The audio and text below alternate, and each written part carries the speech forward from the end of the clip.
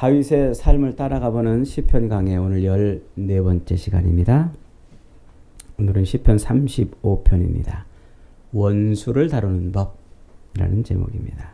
원수를 다루는 법. 여러분에게는 혹시 원수가 있나요? 원수. 아유, 저 원수 같은 이런 사람이 여러분 주변에 있나요? 없습니까? 어떤 글에 보니까 원수를 대하는 태도에 따라서 사람들을 몇 종류로 구분을 해 놓았더라고요. 첫 번째는 자기 원수가 누구인지도 모르는 사람. 그래서 원수가 있는데도 그냥 모르고 살거나 아니면 원수가 아닌 사람을 원수처럼 대하며 사는 사람이 있다고 그래요. 그 다음에 두 번째로는 자기 인생을 원수 갚는 일에 다 매진하는 사람. 그래서 통쾌하게 원수는 갚는데 결국 인생의 상처뿐인 영광을 누리는 사람이라는 거죠. 그리고 세 번째는 원수를 대적하지도 또 용서하지도 않고 그냥 가슴에 품고 사는 사람이래요. 그래서 자기 몸 안에 종양을 품고 있는 것처럼 그것 때문에 끙끙 앓고 사는 사람을 말한답니다. 그러니까 잊을만 하면 그것 때문에 막 폭발하고 또 잊을만 하다가 폭발하고 이러는 삶을 반복한다는 거죠. 그리고 네 번째는 원수를 완전히 용서하고 사는 사람. 그래서 원수로 갚는 것이 아니라 둘도 없는 친구로 만들어내서 사는 사람, 이렇게 말하더라고요. 여러분에게도 그런 은혜가 있기를 축복합니다. 목사님, 저는 원수가 없어요. 저는 원수가 없어요. 이런 사람 덜어 있죠. 주로 이제 성품이 착한 사람들이 그런 말을 합니다. 저는 원수가 없어요. 이렇게.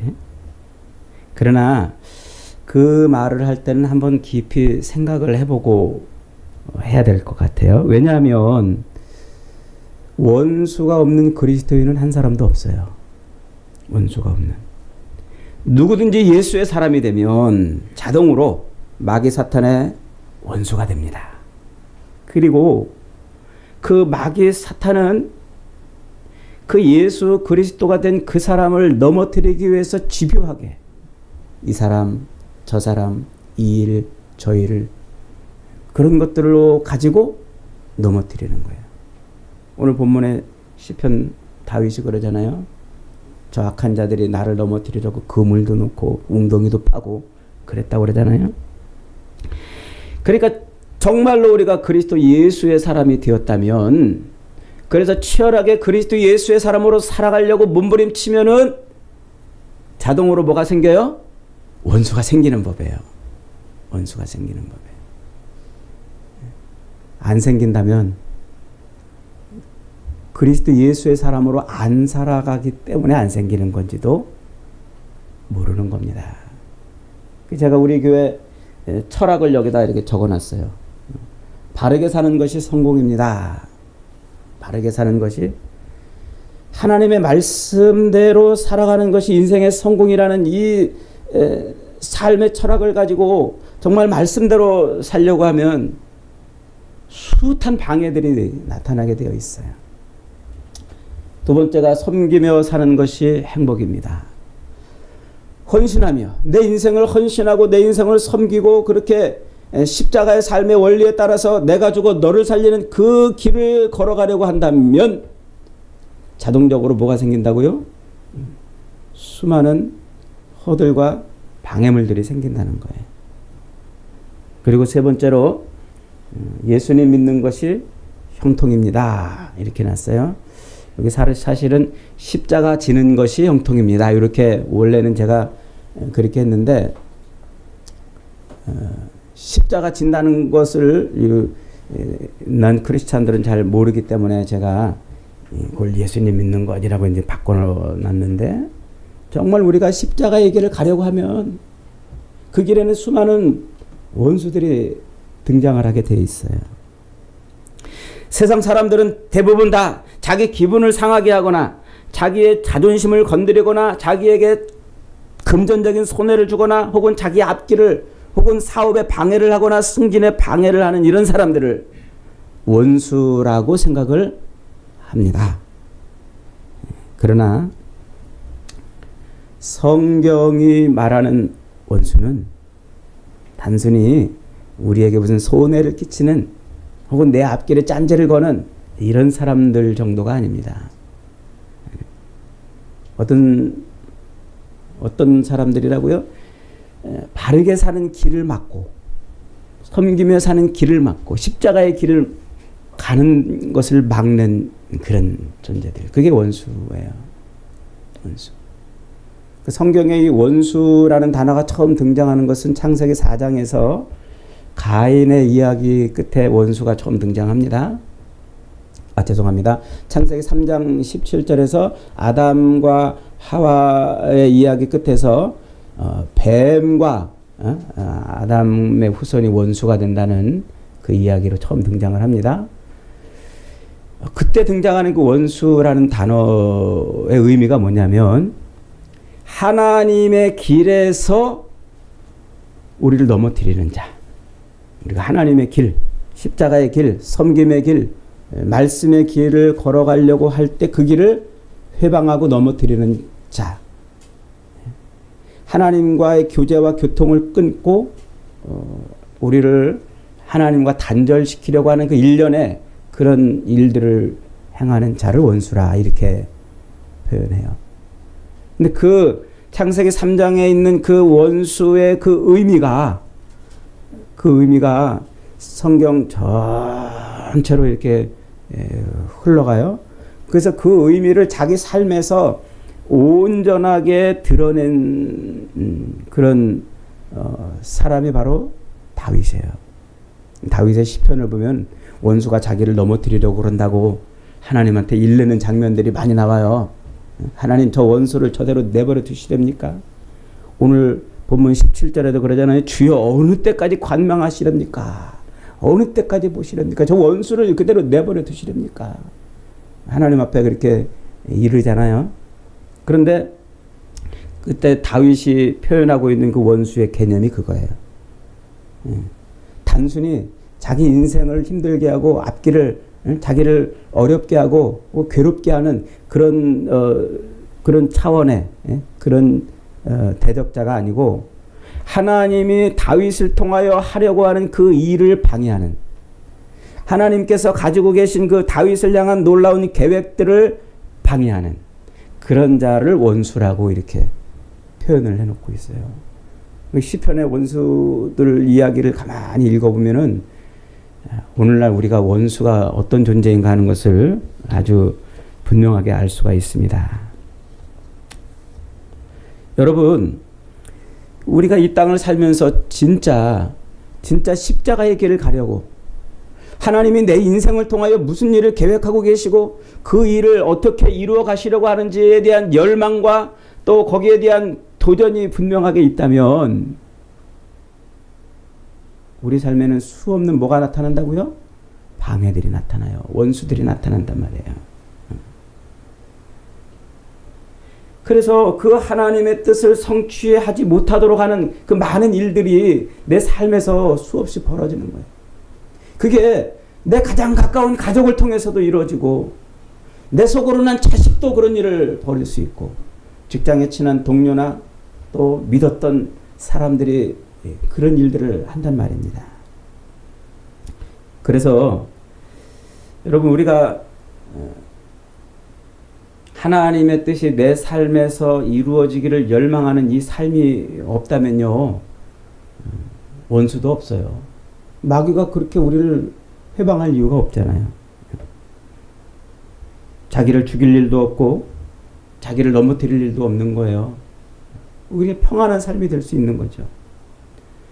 데살로니가전서 5장 3절은 우리에게 이렇게 경고합니다. 그들이 평안하다 안전하다 할 그때에 임신한 여자에게 해산의 고통이 이름과 같이 멸망이 갑자기 그들에게 이르리니 결코 피하지 못하리라. 임신한 여자는 정해져 있잖아요. 언제 출산할지. 그러니까 우리가 이 땅을 살 때 하나님의 뜻을 이루려고 몸부림치고 그 뜻에 그 뜻을 성취하려고 애를 쓰는 그 삶을 포기하고 그저 이 땅에서 편안한 삶을 사는 것은 그 임신한 여자가 출산하는 때가 이를 때처럼 반드시 고통의 때가 이를 것이라 지금 말하고 있는 거죠. 그러니까 그 말 속에는 아주 중요한 의미가 담겨 있기도 합니다. 원수가 우리에게 있는 그것이 이것이 꼭 손해 보는 일만은 아니다. 이렇게 말하고 있는 것이죠. 여러분들에게도 늘 원수가 있기를 축복합니다. 별로 아멘을 안 하십니다.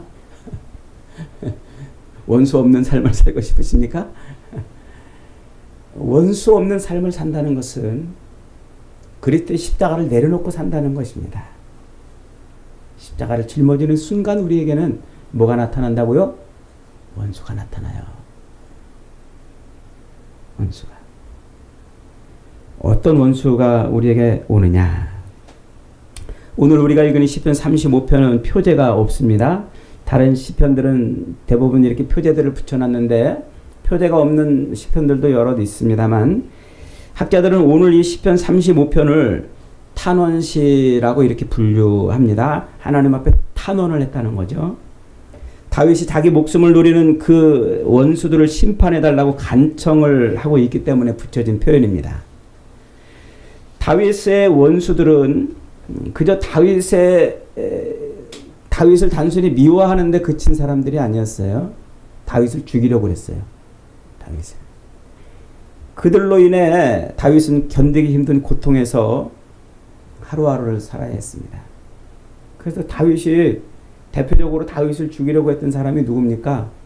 그의 장인이기도 하고 이스라엘의 왕이기도 했던 사울 왕이죠. 어느 날 갑자기 사울이 미쳐가지고 다윗을 죽이려고 합니다. 그래서 다윗은 그 궁에서 도망쳐 나와서 산으로 들로 광야로 굴로 이방 원수의 나라 가서 미친 채 하면서 목숨을 구걸해야 되는 그런 기가 찬 삶을 시작을 하게 되죠. 오늘 본문의 배경도 사울 왕에게 쫓겨다니던 그 언제쯤일 것으로 추정을 합니다. 관련 내용이 사무엘상 19장부터 26장 사이에 잘 나타나 있습니다. 그것에 보면은 다윗이 얼마나 사울에게 박해를 받았는지, 그리고 다윗을 미워하고 그 은혜를 원수로 갚는 주변 사람들이 얼마나 많았는지를 알 수가 있습니다. 자신의 왕권 유지에 급급한 사울과 그 추종자들은 다윗을 반역자라고 그랬고 파역 무도한 범죄자라고 누명과 혐의를 씌워서 다윗을 죽이려고 합니다. 다윗은 산으로 광야로 굴로 심지어 이방인의 땅으로 도망을 다녀야만 했습니다. 그런 배경에서 다윗의 깊은 고뇌가 하나님을 향한 절규로 분출이 되고 격정적 호소와 고발을 하고 있는 것이 바로 오늘 우리가 읽은 시편 35편입니다. 억울한 자기 처지와 자신을 괴롭히는 자들에 대한 하나님의 공의로운 심판을 요구하고 있죠. 재밌게도 이 시편 35편은요 3번의 탄원과 3번의 찬송 이렇게 구성이 되어 있어요. 시를. 그래서 1절로 8절은 하나님께 막 탄원을 해요. 하나님 저 원수들 가다가 넘어지게 해주세요. 뒤로 넘어져도 코가 깨지게 해주시고 스스로 자기 꾀에 걸려 망하게 해주세요. 그러다 9절 10절에 갑자기 하나님을 찬송합니다. 막 11절로 17절은 또 하나님 나를 이대로 내버려 두지 마시고 저들의 손에 나를 맡기지 마시고 하나님이 나를 붙들어 주십시오. 나를 책임져 주세요. 그러면서 또 구원을 호소하다가 18절 또 찬양하죠. 그리고 19절로 26절에서 대적자들 그들을 인해서 내가 도망을 다니면서 수치를 당하지 않게 해달라고 또 간구합니다. 그러다가 마지막 또 찬양이 이어집니다. 그러니까 이것을 보면 지금 다윗의 그 지금 상태, 상황, 처지가 얼마나 힘들고 어려운지를 알 수가 있죠. 다윗은 지금 각 구절마다 아주 격앙된 표현을 쓰고 있어요. 아주 크게 분노하고 있다는 거죠. 그러면서도 그 분노를 어디로 지금 쏟아내고 있어요? 하나님께 돌리고 있다. 9절로 10절에서 찬양하더니 갑자기 11절로 17절에서 하나님 언제까지 보고 계실 겁니까? 빨리 내 영혼을 저들의 손에서 건져주셔서, 그러다가 또 18절에는 또 하나님을 많은 사람들 앞에서 찬송하겠다고 공개적으로 또 노래를 하더니 갑자기 19절부터 26절에는 저들의 행태를 이대로 내버려 두실 겁니까? 하고 또 탄원을 합니다. 무엇이 이렇게 다윗의 마음을 격동하게 하고 분하게 하고 분노가 일어나게 했을까요? 무엇이 다윗으로 하여금 이런 격동한 마음을 표현하게 했을까요? 그것은 바로 배신입니다. 배신. 믿었던 사람에 대한 배신. 자기에게 많은 도움을 받았던 사람들에게서의 배신을 당한 것이죠. 얼마나 심한 배신을 당했냐면 13절에 보니까 나는 그들이 병들었을 때에 굵은 베옷을 입으며 금식하며 내 영혼을 괴롭게 하였더니, 그 저것들이 아프고 힘들 때 내가 정말 금식하며 내 모든 것을 내어줄 정도로 그렇게 그들을 위해서 기도도 하고 도왔더니 그들이 어떻게 했다고요? 도리어 자기를 괴롭히고 고통스럽게 했다는 거죠. 여러분 그런 일 많이 당해보셨잖아요? 여러분들은 안 당해보셨나요? 우리 주변에 종종 그런 일을 많이 겪어요. 정말 저 사람을 위해서 그런 것을, 내 모든 것을 다 헌신해서 그렇게 수고하고 애썼는데 어느 날 갑자기 배신을 때리는 거예요. 얼마나 힘이 듭니까? 그렇게 잘해주었건만. 지들이 어려울 때, 지들이 그 어려움을 당할 때에 내가 도운 일이 얼마인데 한순간에 그렇게 등을 돌려버리는 겁니다. 여러분, 이 배신이라는 것은 정말 인간을 나락으로 떨어지게 만든다고 그러잖아요. 내 전심을 다하고 아끼는 마음을 나눴던 사람이라면 그 실망감은 점점 더 커질 수밖에 없는 겁니다. 지금 다윗이 이렇게 분노하는 이유가 바로 거기에 있어요. 배신을 당한 것이죠. 그런데 그렇게 배신에 대한 다윗의 분노가 가득했지만 지금 이 다윗은 이 분노를 어떻게 처리하고 있습니까? 하나님께 호소하고 있다. 다윗은 자기의 그 안타까운 마음을 철저하게 하나님께 호소하고 있습니다. 이것이 다윗의 믿음입니다.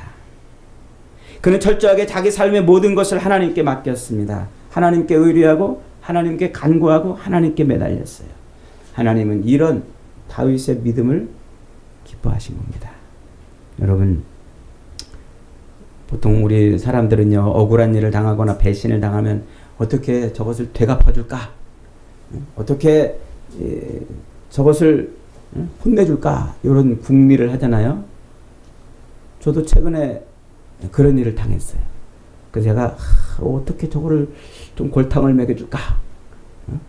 그런 마음이 뭉클뭉클 올라와서 오늘 제가 이 말씀을 설교 말씀으로 삼고 저에게 하는 말입니다. 저에게. 다윗은 그 사울의 배신과 주변에 많은 사람들의 그 배신을 자기 머리로 풀어보려고 그러지 않았어요. 자기 소유물로, 자기 경험으로, 자기 꾀를 내어서 배신한 사람들에게 그대로 갚아주려고 하지 않았습니다. 어떻게 했다고요? 하나님께 매달렸어요. 하나님. 왜요? 하나님이 어떤 분이신지를 알았기 때문이에요. 하나님. 지금 성경이 다윗의 인생을 통해서 보여주려는 게 지금 그겁니다. 그것을 가장 잘 보여주는 사건이 바로 뭐냐면 사무엘상 24장에 나오는 사건이죠. 다윗이 사울 왕을 피해가지고 저 10광야로 도망을 쳤어요. 그러자 사울이 군사 3,000명을 뽑아가지고 다윗을 쫓아갔습니다. 그리고는 그 광야 앞 하길라 산길에 진을 치고 머물렀어요. 이제 그 3,000명의 수색대를 광야로 보내기만 하면 다윗은 꼼짝없이 죽는 겁니다. 그래서 그 광야 앞 길에다가 사울이 이제 수경지 텐트를 쳐놓고 이제 광야로 군사를 보내기 직전인데 그때 어떤 일이 벌어져요? 그때 다윗이 첩자를 몰래 보내서 그 수경지 상태를 파악합니다. 그리고서는 아비새라는 자기 수족을 데리고 사울의 천막 안으로 숨어 들어갔어요. 사울 왕이 쉬고 있는 그 천막 안으로 숨어 들어갔어요. 아비새가 그럽니다. 왕이여, 드디어 하나님이 기회를 주셨습니다. 저거 창으로 두 번 찔릴 것도 없이 내가 한 번에 끝내겠습니다. 그러자 다윗이 뭐라 그럽니까? 아니다. 여호와의 살아계심을 두고 맹세하노니 여호와께서 그를 치시리로다. 혹은 죽을 날이 이르거나 그는 전장에 나가서 망하리라. 내가 죽이지 않아도 저 임신한 여인의 해산의 날 다가오듯 그렇게 끝이 보인다. 내가 죽이지 않아도 하나님이 처리하실 것이다. 그리고 말려요. 아비새가 얼마나 황당하겠습니까? 지금 죽이면 끝나는 건데. 그러니까 아비새가 한 번 더 간청해요. 내가 저것을 죽이게 해주십시오. 다윗을 끝까지 말려요. 그리고서는 자기가 그 사울 왕을 죽일 수 있는 기회가 있었음에도 불구하고 죽이지 않았다는 증표로 그의 창과 물통을 가지고서 멀리 달아나 버리죠. 26장에 가면 똑같은 사건이 또 한 번 반복이 됩니다. 또 한 번 사울을 죽일 수 있는 기회에, 그 굴에서 사울을 죽일 수 있는 기회에 또 죽이지 않는 거예요. 성경이 그 똑같은 사건을 반복해서 되풀이해서 자세히 기록하고 있는 이유가 무엇일까요? 그만큼 그 사건이 중요하다는 거예요. 그 사건을 통해서 말하고 싶은 것이 있다는 것이죠. 성경이 말하고 싶은 것이 무엇입니까? 그것은 바로 다윗이 시편에서 하나님 앞에 간구한 대로 하나님께서 그렇게 행하셨다는 것을 그 사건을 통해서 보여주는 거예요. 사울의 칼날을 피해서 도망을 다니면서 하나님 앞에 수도 없이 간구했던 그 간구를 하나님이 어떻게 하셨다? 들으셨다. 다윗이 하나님 앞에 막 간구해놓고 자기가 기회가 왔다고 자기 칼로 사울을 죽였다면 다윗의 그 시편의 수많은 기도들은 다 뭡니까? 그 시편의 수많은 기도들, 이 사무엘상 24장이나 26장과 관련된 연관된 시편들이 한 7편 정도 돼요. 그때 동일하게 그 시편들에서 다윗은 그렇게 고백하는 거예요. 하나님, 저들을 하나님의 손에 맡깁니다. 하나님이 처리해 주십시오. 원수를 직접 갚지 말라는 그 하나님의 그 뜻, 원수 갚는 일이 하나님께 있다라고 하는 그 놀라운 하나님의 뜻이 다윗의 인생을 통해서 이루어졌음을 보여주는 거예요. 사울은 분명히 다윗의 원수였습니다. 다윗을 이스라엘의 왕으로 세우시려는 하나님의 뜻을 대적하기 때문에 다윗의 원수인 것이죠. 그런데 다윗은 두 가지 이유 때문에 자기 원수에게 자기가 직접 손을 대지 않는다고 말하고 있어요. 하나는 그래도 사울이 뭐 했기 때문에 하나님의 기름 부음으로 세움을 입은 사람이기 때문에 자기 손으로 처리하지 않는다는 거예요. 하나님의 기름 부음으로 세움을 입은 왕이기 때문에. 여러분, 우리가 이 구절을 그냥 이렇게 슬쩍 넘어가면 안 돼요. 아주 중요한 의미가 담겨 있어요. 하나님이 하신 일을 대적하는 게 뭐예요? 그게 사탄 아닙니까? 마귀 아닙니까? 사울을 기름 부어 세우신 분이 하나님이시라면 그 기름 부어 세운 사울을 죽이려고 하는 것은 하나님을 대적하는 일입니다. 다윗은 그걸 아는 겁니다. 자기 인생에서 벌어지는 그 모든 일들도 다 하나님의 손끝에서 나오는 것이고 하나님이 하시려고 하는 일들을 위해서 벌어지는 일이라고 믿었을 뿐만 아니라 자기 삶 밖에서 벌어지는 일도 동일하게 하나님의 섭리를 믿은 거예요. 세상에서 벌어지는 일들이 어쩌다 벌어지는 일이었고 우연히 일어나는 일이 없다는 것을 자기 삶에서만이 아니라 그는 모든 삶에서 그걸 발견한 거예요. 하나님이 하시는 일이구나. 그래서 그는 뭐 하는 거예요? 그래서 하나님 앞에 기도하는 거예요. 여러분, 간혹 우리가 하나님이 하시는 일들을 방해하는 그런 일들을 나도 모르게 할 때가 많아요. 나도 모르게. 그런 것들을 우리가 정말 주의하고 또 조심해야 해야 됩니다. 왜냐하면 세상에서 참새 한 마리 떨어지는 것도 하나님의 허락하지 아니면 안 떨어진다고 그랬잖아요. 그러니까 우리가 할 일은 내가 나서서 직접 원수를 갖고 내가 나서서 직접 어떤 일을 행하고 내게 있는 힘과 내게 있는 지식과 내게 있는 경험과 재물을 사람을 인맥을 동원해서 뭔가를 조치를 취하는 것이 아니라 하나님께 엎드려야 된단 말이에요. 하나님께. 그게 뭐예요? 하나님의 통치하심을 인정하는 행위예요. 우리가 주기도문 공부를 할 때 주기도문 배웠잖아요. 주님이 우리에게 기도를 가르쳐 주시잖아요. 그 기도의 핵심이 뭐라고 그랬어요? 하나님의 통치하심 앞에 무릎 꿇는 거라고 그랬죠. 여러분, 기도는요, 이방인들은 기도를 뭘로 인식하고 있어요?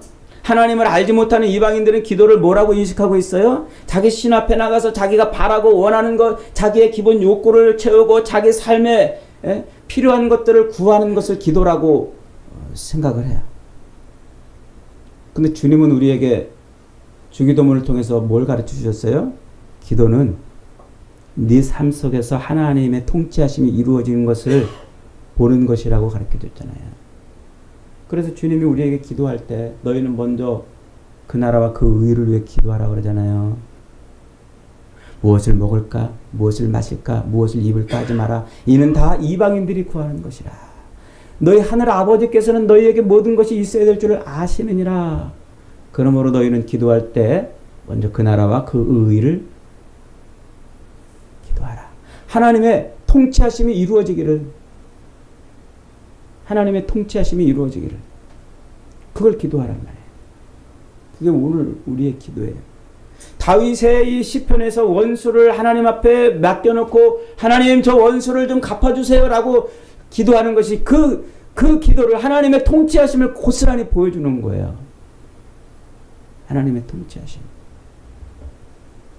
자, 요한계시록 뒤에로 가면은요, 요한계시록은 말세에 대한 말세의 성도들의 삶을 가르쳐주는 성경이라고 그랬죠. 말세가 언제부터 언제까지라고요?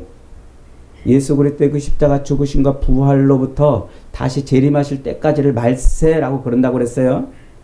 말세. 그러니까 예수님이 재림하실 때까지 세상을 살아가는 모든 사람들은 다 말세 인생이에요. 주님이 재림하시지 않았기 때문에 말세이기도 하지만 우리가 죽으면 우리의 육신의 호흡이 끊어지면 주님 앞에 서잖아요. 그래서 말세, 이중적이죠. 그러니까 이 말세의 가장 중요한 게 뭐냐면 말세에 하나님이 받으시는 최고의 성도들의 예물이 있어요. 그게 뭘까요? 기도입니다. 기도. 우리가 기도하면요, 요한계시록 5장 3절과 8장 3절로 5절에 보면은 우리가 기도를 하면 그 기도를 어떻게 해요? 천사가 금 대접에 담아요. 담아가지고 그걸 향과 함께 하나님 보호자에 쫙 올려드려요. 그럼 하나님이 그 향과 함께 금 대접에 담긴 그 기도를 뭐 하셔요? 흠향 받으시는 거죠. 그리고 어떤 일을 하세요? 그 기도가 담겨있던 대접에 성전에 불을 담아가지고 세상에 엎어버려요. 대접 재앙이 일어나는 거죠. 기도대로 하나님이 일하신다는 거예요. 기도대로.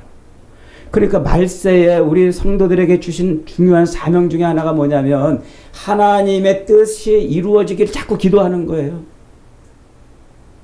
이 말세에 우리가 사는 삶의 가장 중요한 것은 내 뜻을 이루고 내가 바라고 원하는 것을 얻고 내 욕망과 욕구를 성취하는 삶을 살기를 구하는 게 아니라 하나님의 뜻이 여기에 이루어지기를 구하는 거라고요. 그게 말세 인생이에요. 그게 하나님이 기도를 맡기신 이유예요. 그게 우리의 기도를 하나님이 기뻐하시는 이유라고요. 우리의 기도가 이방인들의 기도와 다른 기도라고 가르쳐 주신 주님의 그 핵심 메시지가 바로 그겁니다. 말세에 우리 기도를 통해서 하나님이 일하시는 거예요. 그 기도를 응답하시는 거예요. 그래서 우리 인생의 주인이 통치자가 왕이 하나님이신 것을 선포하고 나타내는 것이죠.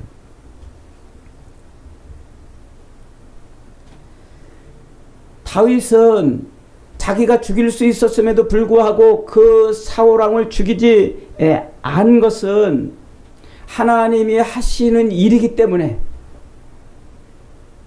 사울을 죽이는 것조차도 그 하나님을 대적하는 것이라고 생각을 했던 것이에요. 사무엘상 24장 12절에 보니까 여호와께서 나와 왕 사이를 판단하사 여호와께서 나를 위하여 왕에게 보복하시려니와 내 손으로는 왕을 해하지 않겠나이다 이랬어요. 나를 위하여 왕에게 보복하시려니와 내 손으로는 왕을 해하지 않겠다. 그런데 그 해하지 않겠다라는 말이 하나님의 뜻에 거슬리지 않겠다 이 말이에요. 하나님의 뜻에 거슬리지 않겠다. 그러니까 하나님이 하시는 일을 거슬려 행하지 않는 것. 거슬려 행하지 않는 것. 여러분, 우리가 이 땅을 살면서 가장 놓치지 말아야 될 것이 그거예요. 지금 내 삶이 하나님의 뜻을 거슬려 있는지, 거스르고 있지 않는지.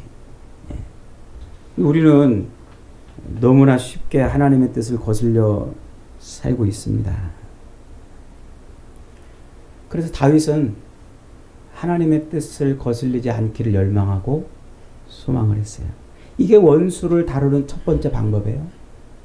그 원수가 나를 회방하고 내 발목을 잡고 나에게 해를 끼치고 나로 하여금 고통스러운 삶을 살게 하는 그것은 뭐 하는 것이라고요? 내 삶에서 하나님의 뜻이 이루어지지 않게 회방하는 것들이란 말이에요. 내 삶에서 하나님의 뜻이 이루어지지 않기를 회방하는, 그래서 벌어지는 일들이라는 거예요. 그러니까 우리는 뭘 기도해야 돼요? 하나님의 뜻이 이루어지기를 기도하는 거예요. 이게 다윗의 기도, 다윗의 시편에 나타난 아주 중요한 기도의 핵심인 겁니다. 여러분, 하나님 살아계심을 믿으십니까? 그러면 다윗처럼 모든 것을 하나님께 맡기십시오. 이것은 숙명론이 아닙니다. 이것은 인과론이 아닙니다. 인과론에 의한 숙명론도 아니에요. 하나님이 우리 왕이심을 고백하는 아주 중요한 믿음의 고백입니다. 이 고백을 하나님 기뻐하시는 거예요. 실제로 내 삶의 통치자이시기를 하나님은 그렇게 바라고 원하시고 그것이 우리 삶에서 이루어지기를 소망하시잖아요. 그래서 여러분, 내 삶에 원수가 나타났다. 그러면 뭐 하라고요? 먼저 엎드려 뜻을 구하라. 하나님의 뜻이 이루어지기를 구하는 겁니다. 그리고 두 번째는 그 원수를 뭐 하라? 사랑하라. 그랬어요. 원수를 사랑하라 이 말은 어디 나오죠? 레위기 구약 레위기 율법에 나오죠. 예수님도 그 말을 하셨어요. 예수님은 한 걸음 더 나가셨어요. 원수를 사랑하라는 말을 너희가 들었으나 나는 너희에게 이르노니. 그러면서 겉옷을 달라 하면 속옷을 달라 하면 겉옷을 내주고 오리를 가자 하면 심리까지 가지고 위로라고 말씀하시잖아요. 원수를 뭐 하라고요? 사랑하라. 사랑하라. 하나님이 우리에게 원수 갚는 일을 허락하지 않는 첫 번째 이유는 우리의 무지함 때문이에요. 우리의 무지함. 우리는 원수를 정확히 가려내지 못하는 미련함을 가지고 있어요. 친구를 원수라고 하고 또 원수를 친구라고 할 때도 있죠. 두 번째는 이 원수를 내가 직접 갚다가 나의 성품과 혹은 내 가정과 내 삶에 큰 해를 당할 수 있기 때문이에요. 연약하기 때문이라는 거죠. 또 세 번째로는 보복은 보복을 낳는다. 보복은 보복을. 악순환이죠. 그리고 마지막 네 번째로는 원수를 사랑할 위대한 기회를 잃어버리기 때문에 그래요. 하나님이 우리에게 주시려는 기회는 원수 갚는 기회가 아니라 원수를 뭐하는 기회? 사랑하는 기회. 이것을 알아야 인생의 기적을 맛볼 수가 있는 거예요. 그럼 사도 바울이 얼마나 위대한 업적을 남겼습니까? 제가 요즘 새벽마다 서신서 묵상하고 있는데 놀랍잖아요. 어떻게 그렇게 기가 막힌 하나님의 그 어마어마한 세계를 바울은 그렇게 깨달아서 교회들에게 편지를 썼는지 말이죠. 그런데 그 바울이 원래 누구였어요? 사울이었어요. 하나님을 대적하는 사람이었어요. 아주 악질적인 원수였어요. 하지만 그 사울, 하나님을 대적하고 하나님 나라를 방해하고 예수 믿는 자들을 죽음으로 내몰려고 몸부림쳤던 그 사울을 누가 만나주셨어요? 예수님이 만나주셨어요. 그걸 바울로 바꿔주셨어요. 그리고 그로 인하여 놀라운 복음의 진보를 이루게 하셨죠. 아주 악질 중에 악질. 하나님 앞에서 볼 때 정말 악질 중에 악질이었던 그 사울을 예수님께서 품어주셔서 원수를 원수로 갚은 것이 아니고 원수를 사랑함으로 어마어마한 엄청난 인생의 기적을 만들어냈어요.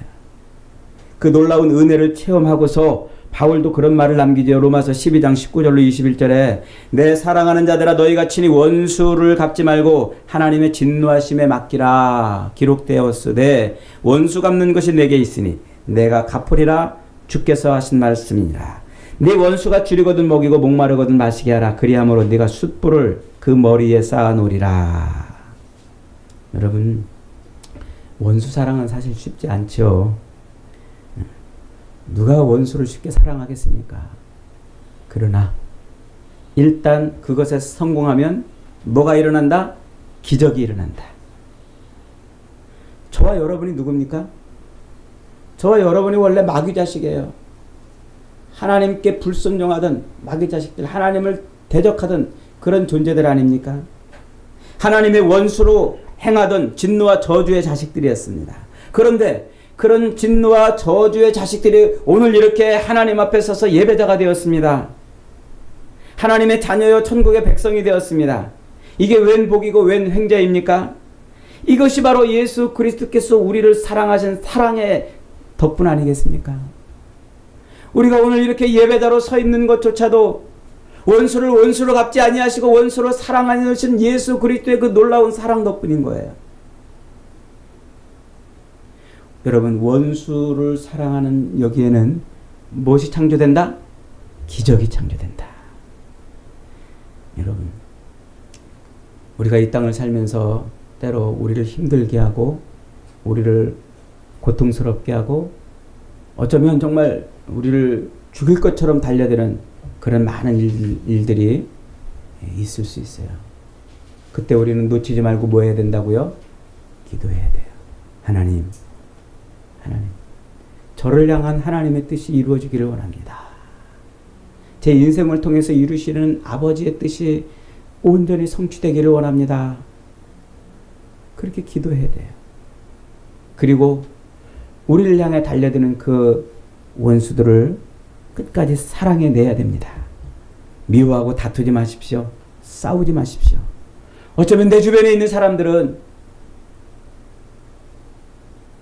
우리가 목숨 걸고 싸워야 될 대상이 아니라 나의 가장 가까운 가족일 수 있어요.